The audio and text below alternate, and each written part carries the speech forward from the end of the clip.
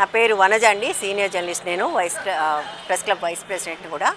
మేము ఇవాళ press conference ఎందుకు పెట్టామంటే, స్వేచ్ఛ మరణం తర్వాత జరుగుతున్న కవరేజ్ని చూసిన తర్వాత మేము తప్పకుండా మాట్లాడాలనుకున్నాం. స్వేచ్ఛ మరణం తర్వాత జరిగిన కవరేజ్ అంతా కూడా పూర్తిగా సెన్సేషనలైజ్ అయి ఉంది. అంటే ఒక అమ్మాయి చనిపోయింది అన్నదానికంటే కూడా ఒక ఇన్వెస్టిగేషన్ తరహాలో మీడియా ఛానల్స్ కానివ్వండి, పత్రికలు కానీ రాయటం అనేది ఎంత మాత్రం కరెక్ట్ కాదు. ఒక మరణాన్ని సెన్సేషనలైజ్ చేయకూడదు, మరొక వైపు దాన్ని పొలిటిసైజ్ కూడా చేస్తున్నారు, అది కూడా తప్పు. సో ఈ విషయాలకు వ్యతిరేకంగా లేదా ఒక అప్పీల్ మేము, ఎందుకంటే మేము జర్నలిస్టుమే, చనిపోయింది జర్నలిస్టే, రాస్తున్న వాళ్ళు జర్నలిస్టులే. మనము మన కమ్యూనిటీలో జరిగినప్పుడు కూడా ఇట్లా చేయటం తప్పు అని, అంటే వేరే కమ్యూనిటీని చేయొచ్చు అంటే అప్పుడు కూడా కరెక్ట్ కాదు, తప్పే. కానీ ఎక్కడో అక్కడ మొదలు పెట్టాలి, ఎవరో ఒకళ్ళు మాట్లాడాలి అని మేము ఇవాళ మాట్లాడటం మొదలుపెట్టాము. ఎందుకంటే చనిపోయింది మా స్నేహితురాలు, మాకు దుఃఖించడానికి కూడా సమయం దొరకట్లేదు.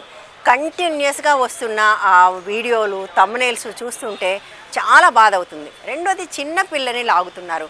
చిన్న పిల్లతో ఇంటర్వ్యూలు చేయకూడదు, అది చట్ట విరుద్ధం. కేసు పెడితే జైలుకి పోతారు, అందరూ జైలుకి పోతారు. చేసిన వాళ్ళు జైలుకి పోతారు, వేసిన వాళ్ళు జైలుకి పోతారు, అందరూ జైలుకి పోతారు. సో చిన్న పిల్లలతో, మైనర్ పిల్లల్ని ఇంటర్వ్యూలు చేయకూడదు అనే ఒక బేసిక్ జర్నలిస్టిక్ ఎథిక్ని లాని పాటించట్లేదు. ఎథిక్ మాత్రమే కాదు, అది లా కూడా. సో దయచేసి ఇప్పటివరకు జరిగింది ఏదో జరిగింది, ఆ ఫీడ్ తీసేయండి, ఆ పాప ఉన్న ఫీడ్ అంతా కూడా తీసేయాలనే మా డిమాండ్. అట్లాగే పోలీసులు కూడా లీకులు ఇవ్వటం, ప్రెస్ కాన్ఫరెన్స్లు కాకుండా సరైన ఇన్వెస్టిగేషన్ చేయండి, కేసు గట్టిగా నడపండి. పొలిటికల్ పార్టీలు కూడా ఈ మరణాన్ని మీకు రాజకీయాలకు వాడుకోకండి. ఈ 3 ప్రధానమైన డిమాండ్స్ మావి.